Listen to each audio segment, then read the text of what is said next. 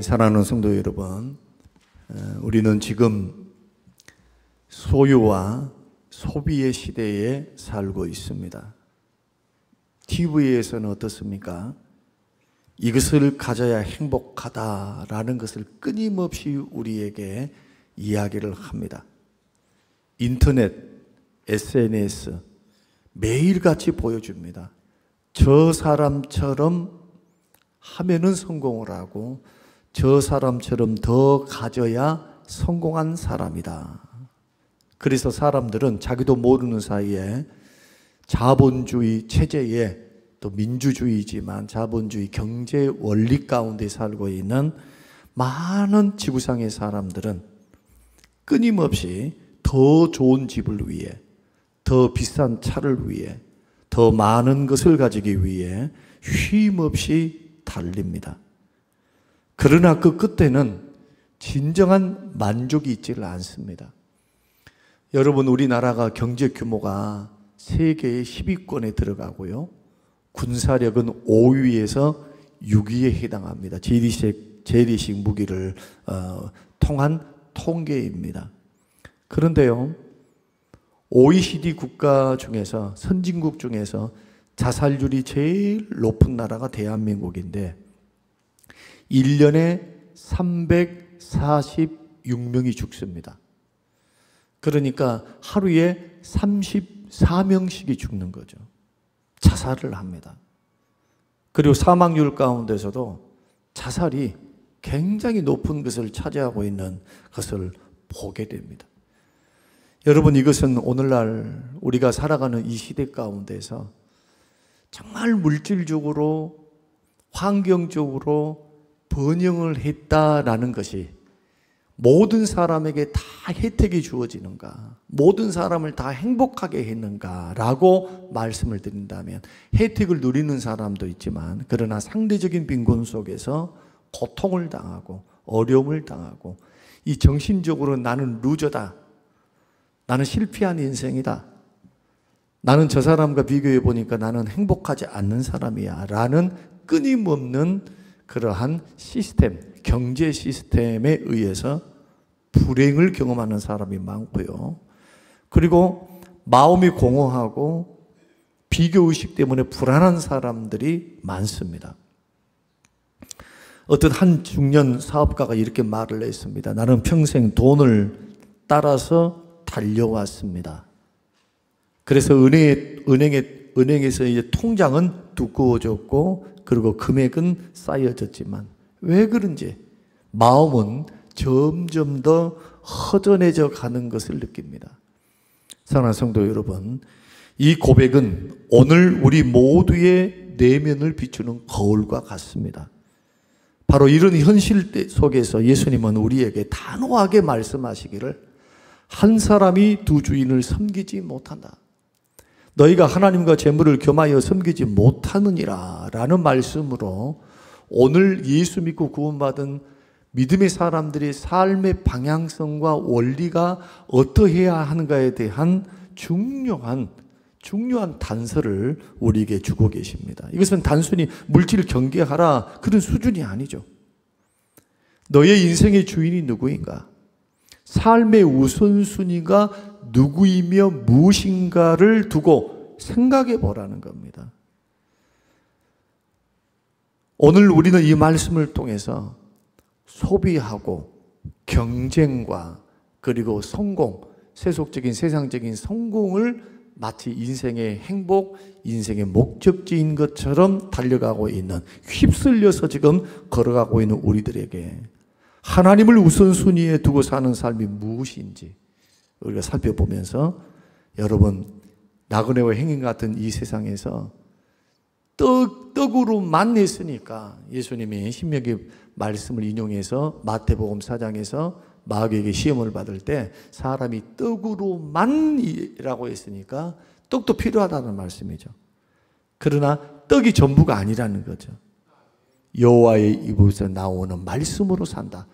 결국 뭐로 산다는 겁니까? 만세반석 위에서, 언약 위에서 언약을 믿는 믿음으로 산다는 거예요. 언약을 믿는 믿음. 그런데 언약을 믿는 믿음이 아무런 역사를 일으키지 않는다면 예수님께서 그런 말씀 안 하셨겠죠. 믿음은 바라는 것들이 실상입니다. 보이지 않는 것들이 증거입니다. 그래 언약은 창조주 하나님께서 우리에게 주신 약속이기 때문에 그 약속의 성취는 뭘 통해서 옵니까? 믿음을 통해서 와요. 그 언약을 믿는 믿음으로 살아가면 하나님이 약속대로 우리의 삶을 인도해 가시겠다라고 하시는 하나님의 약속이기 때문에 예수 믿는 사람은 뭐로 삽니까? 믿음으로 사는 거예요. 어떤 믿음? 언약을 믿는 믿음. 하나님의 입에서 떨어나오는 말씀을 주목해서 나의 인생과 삶을 가져가는 믿음.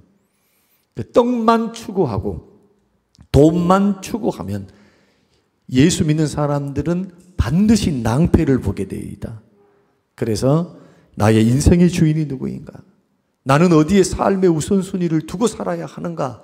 라는 이 물음 앞에 정말 현대의 물질 만능주의와 믿음의 경계는 도대체 어느 정도일까를 생각해 보면서 오늘 저와 여러분의 인생과 삶에 있어서 헛된 길을 걸어가지 말고 여러분 마음을 잘 지켜서 우리 주님이 말씀하시는 그 주님의 길에서 참 만족과 참 평안을 찾는 은혜가 우리 모두에게 임하시기를 주님의 이름으로 축원합니다.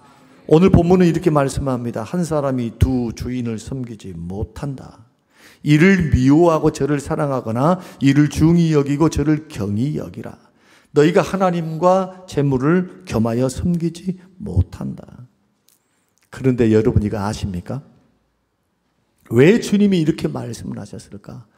왜 재물이 먼저가 아니라 하나님이라고 말씀을 하실까? 그 이유를 시편 24편 1절에서는 땅과 거기 충만한 것과 세계와 그 가운데에 사는 자들은 다 누구 것입니까? 여호와의 것이로다. 그러니까 우리에게 속한 모든 것들은 하나님께 속한 것입니다.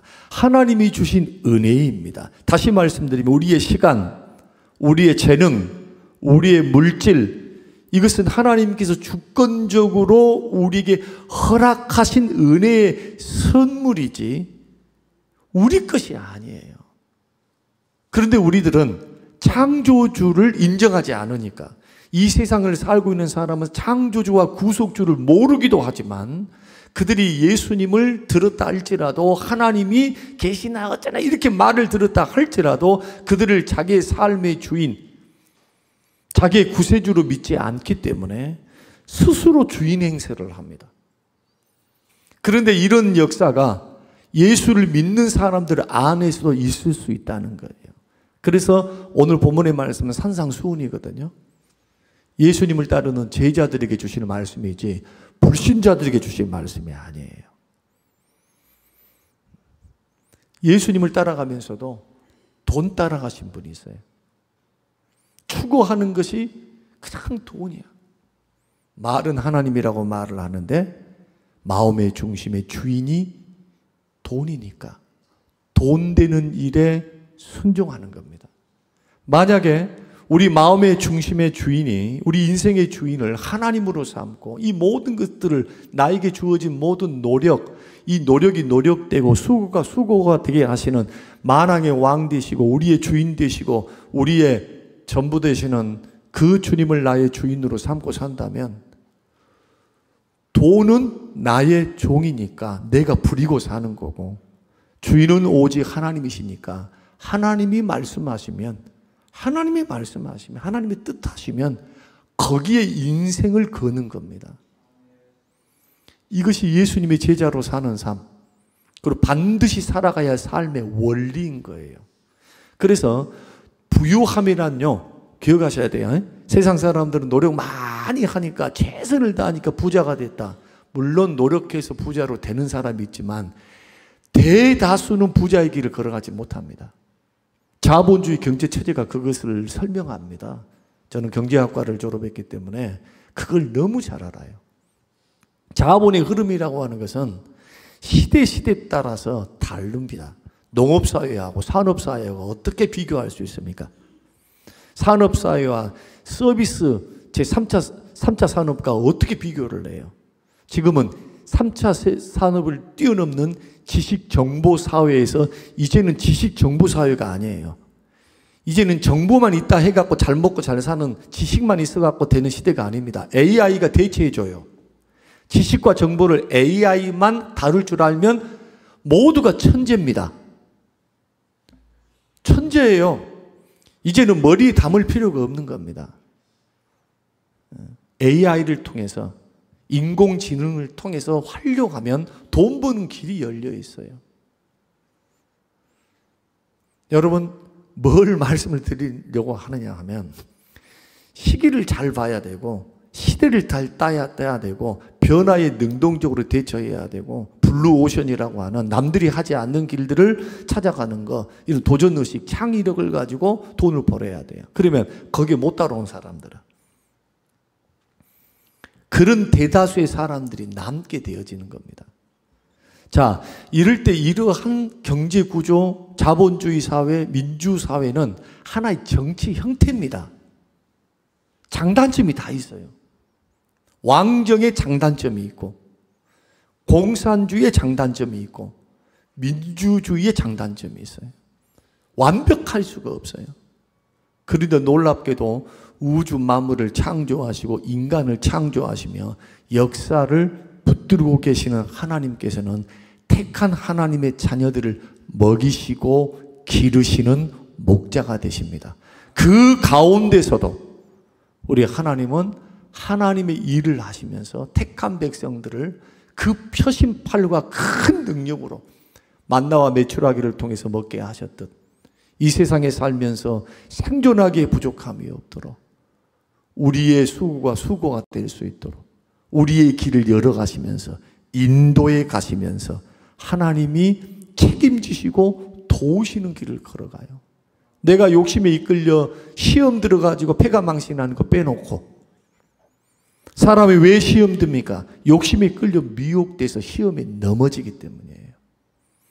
우리가 그 길을 걸어가지 않고 우리가 만약에 하나님의 원리를 따라 나에게 주신 은사를 따라서 나에게 성향을 따라서 내가 잘하는 것 주신 그 하나님의 은혜를 따라서 우리가 만약에 하나님을 주인으로 삼고 걸어가게 되면 우리가 큰 부자가 되지 아니한다 할지라도 하나님께서 평안함과 기쁨을 주시고 환경을 여시면서 우리의 인생을 천국 가는 그날까지 행복하게 인도해 주실 줄로 믿습니다.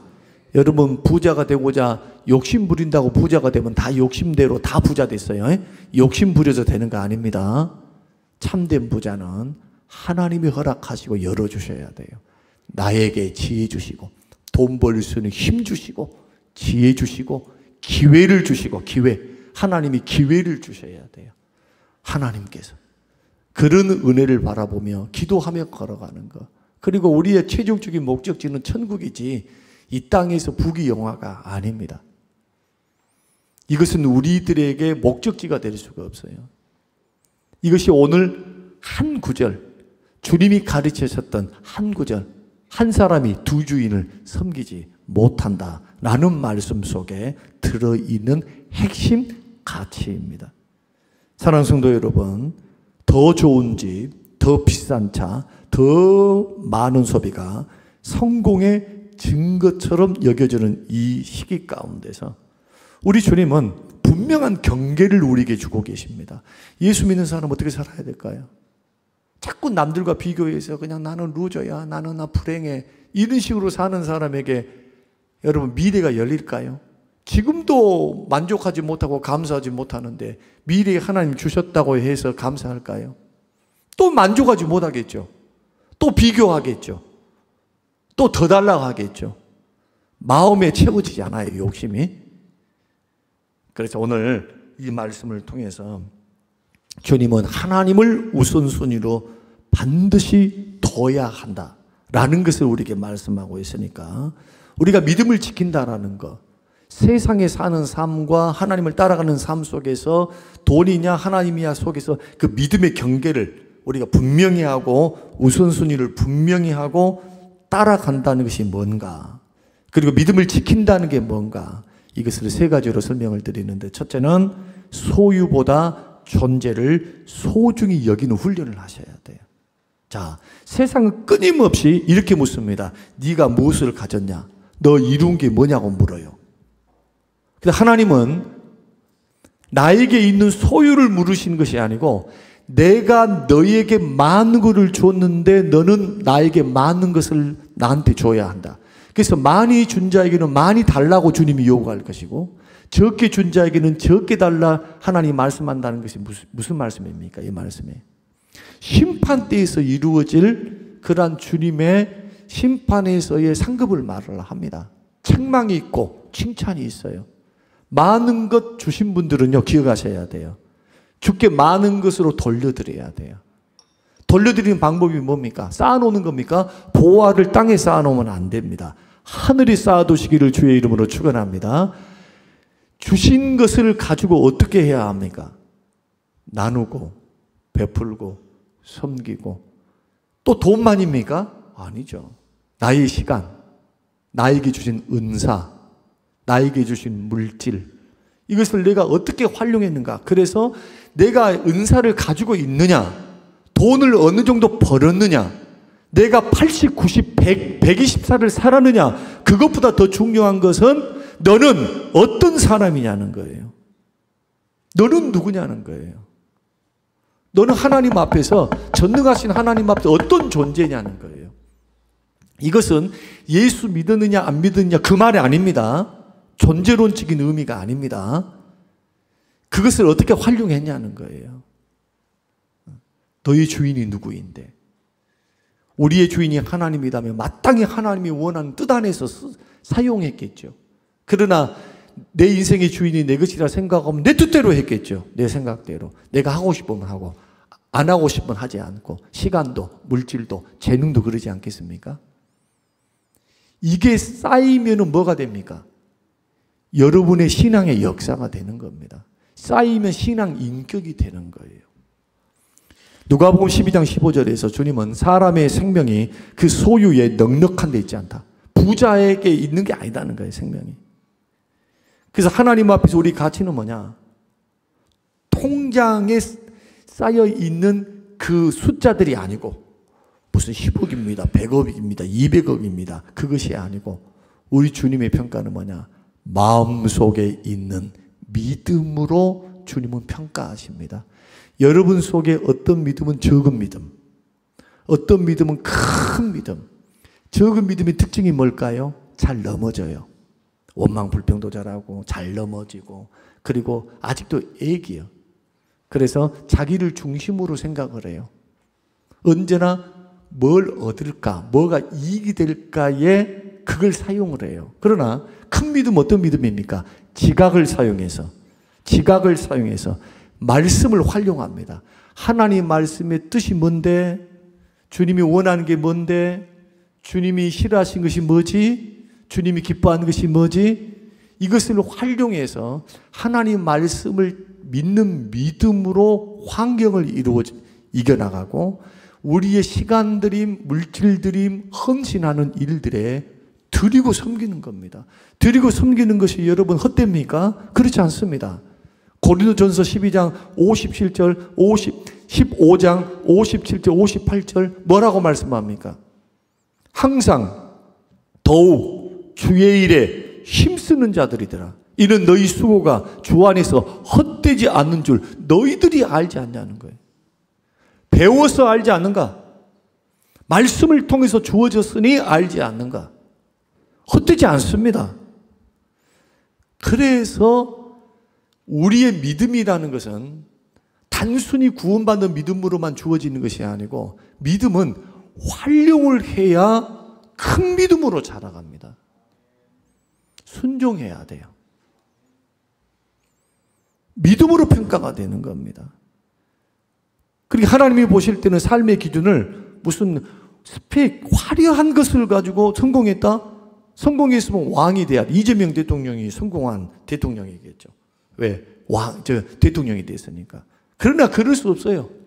이것조차도 하나님이 허락하신 하나님의 기회지. 이것도 하나님이 허락하신 권위지 자기가 권위자가 아닌 거죠. 이런 부분을 생각해야 됩니다. 그래서 삶의 기준을 자꾸 어떤 외부적인 것을 가지고 평가하는 버릇을 해서는 안 된다. 우리가 자식들을 바라볼 때, 자녀들을 바라볼 때 자꾸 뭔가 안 되고 이러면은 루저처럼 여러분도 구는데 절대 그렇게 하지 마세요. 대기만성이라는 것도 있잖아요. 왜 우리는 빨리빨리 뭔가 빨리빨리 이걸 돼가지고 잘 되는 것만은 복이라고 생각하십니까? 대기만성이라는 것도 있어요. 연단받고 훈련받고 난 후에 성공하는 사람도 있다고요. 그들 속에 정말 믿음이 있는가?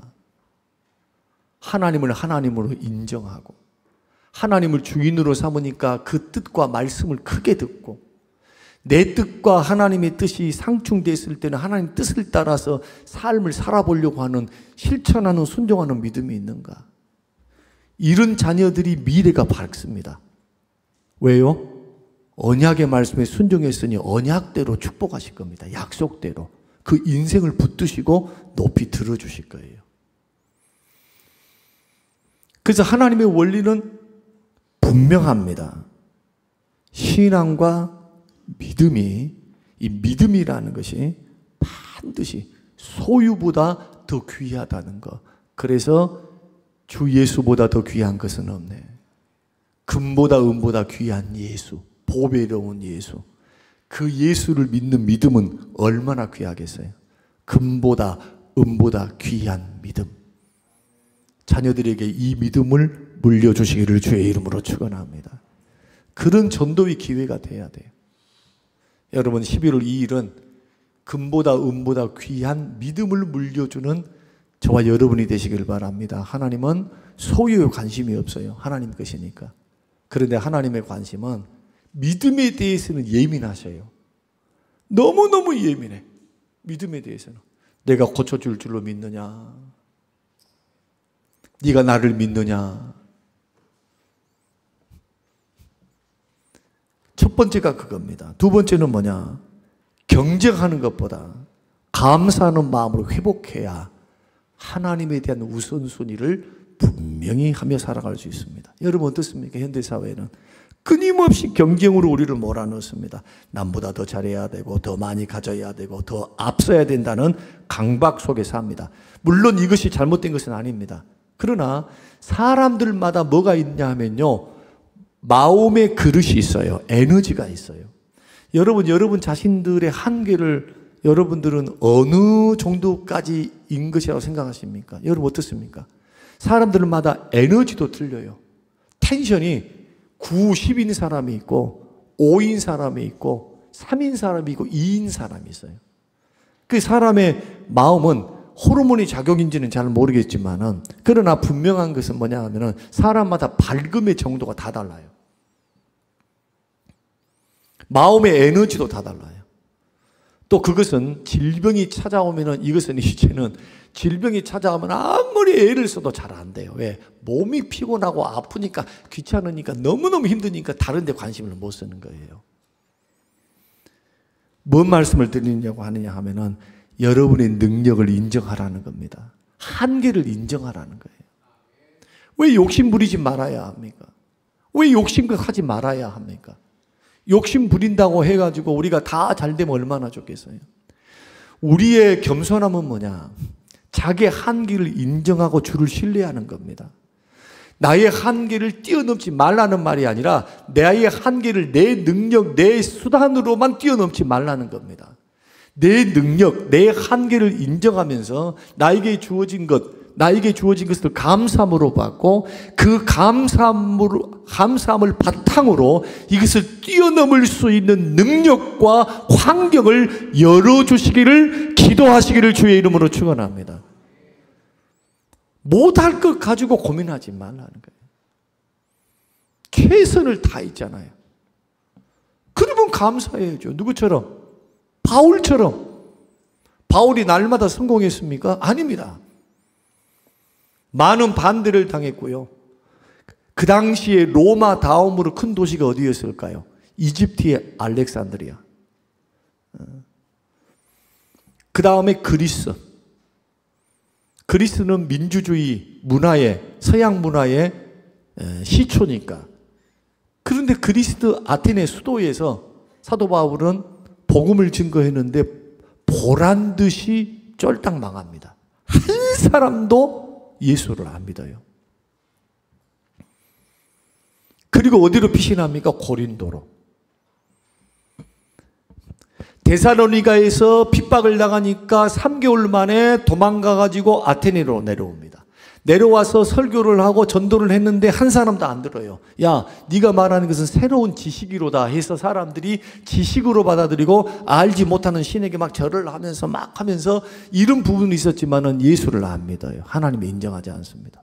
우리는 하나님 같은 신이 여럿이어야 이렇게 말을 해. 철학적인 사고를 가지고 있으니까. 그리고 고린도로 내려갑니다. 그런데 고린도에서 어떤 일이 일어납니까? 브리스길라 아골라를 만나고 그리스보라고 하는 집에서, 회당장 집에서 예수를 믿기 시작하고, 그래서 사도 바울이 증거했던, 세웠던 교회 가운데 가장 큰 교회가 고린도 교회예요. 그런데 여러분 성경에 보시듯이 교회 안에서 제일 사도 바울이 세웠던 교회 중에서 제일 문제 많은 교회가 어디 교회예요? 고린도 교회. 정말 현대에 있을 법한 일들이 일어나고 있는 모습들을 보게 됩니다. 자기 능력에는 한계가 있어요. 그러니까 가감없이 경쟁하는 거, 물론 경쟁을 해서 발전하는 것은 좋지만, 그러나 그 한계치를 알고, 그리고 빌립보서 4장 13절, 내게 능력 주신 자 안에서 내가 모든 것을 할 수 있다. 최선을 다하여, 최선만 다하세요. 결과를 맡기고 최선을 다하세요. 그러면서 풍부에 처할 줄도 알고 가난에 처할 줄도 알고 모든 형편에서 만족하는 법을 배우는 것. 비교의 굴레를 끊어낼 수 있는 믿음의 강력한 표현이 뭐냐? 감사입니다. 감사. 비교를 끊어낼 수 있는 거 감사예요. 감사. 감사를 하려면 나보다 더 없는 사람을 바라보고 감사를 하세요. 더 잘난 사람을 바라보면 감사가 안 나옵니다. 지금 내가 얼마나 다행인가. 이런 분들을 생각할 때, 저런 사람을 생각할 때 내가 있는 위치가, 내가 가지고 있는 것들이, 주신 것들이 얼마나 감사한가. 그럴 때 물질의 노예가 되지 않습니다. 감사하는 사람은 작은 것에서도 뭘 봅니까? 하나님의 손길을 봐요. 그러나 불평 원망을 하면서 비교의식에 시달린 사람들은 하나님의 손길이 안 보여요. 불평 원망만 보이지. 만족이 있을까요? 만족이 없어요. 세상에 휘둘릴까요? 세상에 휘둘리죠. 그러나 주신 것에 대해서 감사하는 믿음의 바탕을 딱 깔고 있는 사람들은 오늘 주신 것 사실 내 마음에 들지는 않지만, 내가 수고했던 대로 잘 안 되었지만, 그러나 이 수고를 주셔서 새끼 밥을 먹게 하시고 살게 하신 하나님의 은혜, 그 은혜를 감사하면서 내일은 더 나은 날을 주실 하나님을 바라보며 믿음으로 견디고 믿음으로 소망하면서 감사할 수 있다면, 이런 사람이 어떻게 세상에 휘둘리겠습니까? 비교의식에 막 자포자기하면서 막 고민하면서 걱정하면서 이렇게 살겠습니까? 이것이 믿음의 경계를 세우는 것, 하나님을 우선순위로 삼는 삶의 원리다 하는 것. 자, 첫 번째가 뭐라고 말씀을 드렸습니까? 소유보다는 존재를 중요히 여기고, 경쟁보다는 뭐 하라? 감사의 마음으로 회복하며 걸어가라. 마지막은 구체적인 헌신으로 우리의 믿음을 드러내야 합니다. 자, 오늘 우리 하나님께 하나님 우선순위로 둔다라는 것을 삶에서 우선순위로 나타내는 방법이 순종하는 삶이거든요. 그럼 뭘 순종하면 좋겠는가? 첫째, 주일 예배를 최우선으로 지킨다. 우리는 7일이라고 하는 기간이 일주일이 주어져 있습니다. 7일에 일주일의 첫날을 월요일로 생각하면 안 됩니다. 첫날이 어느 날입니까? 주일이 되어야 합니다. 첫날 첫 시간을 주님 앞에 주일에 드리는 거예요. 주님 것으로 우선순위로 삼는 겁니다.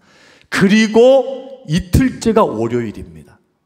세상에서 이제 시작하는 거예요. 내가 하나님을 만나고 하나님을 예배하고 하나님께 영광 올려드리고 말씀을 듣고 은혜를 받고 성도들과 교제하고 봉사하고 섬기고 난 후 하나님이 주신 은혜를 바탕으로 월요일부터 살아가는 것. 날들이 다 하나님 날이지만 이 날을 첫날로 생각하고 하나님께 드리는 날로 생각하는 것. 주의를 지켜 성수하는 것. 두 번째, 하나님께 물질을 드림으로 물질을 청지기까지 드리는 거예요. 하나님 것을 구별할 줄 아는 것. 하나님 것은 하나님께로.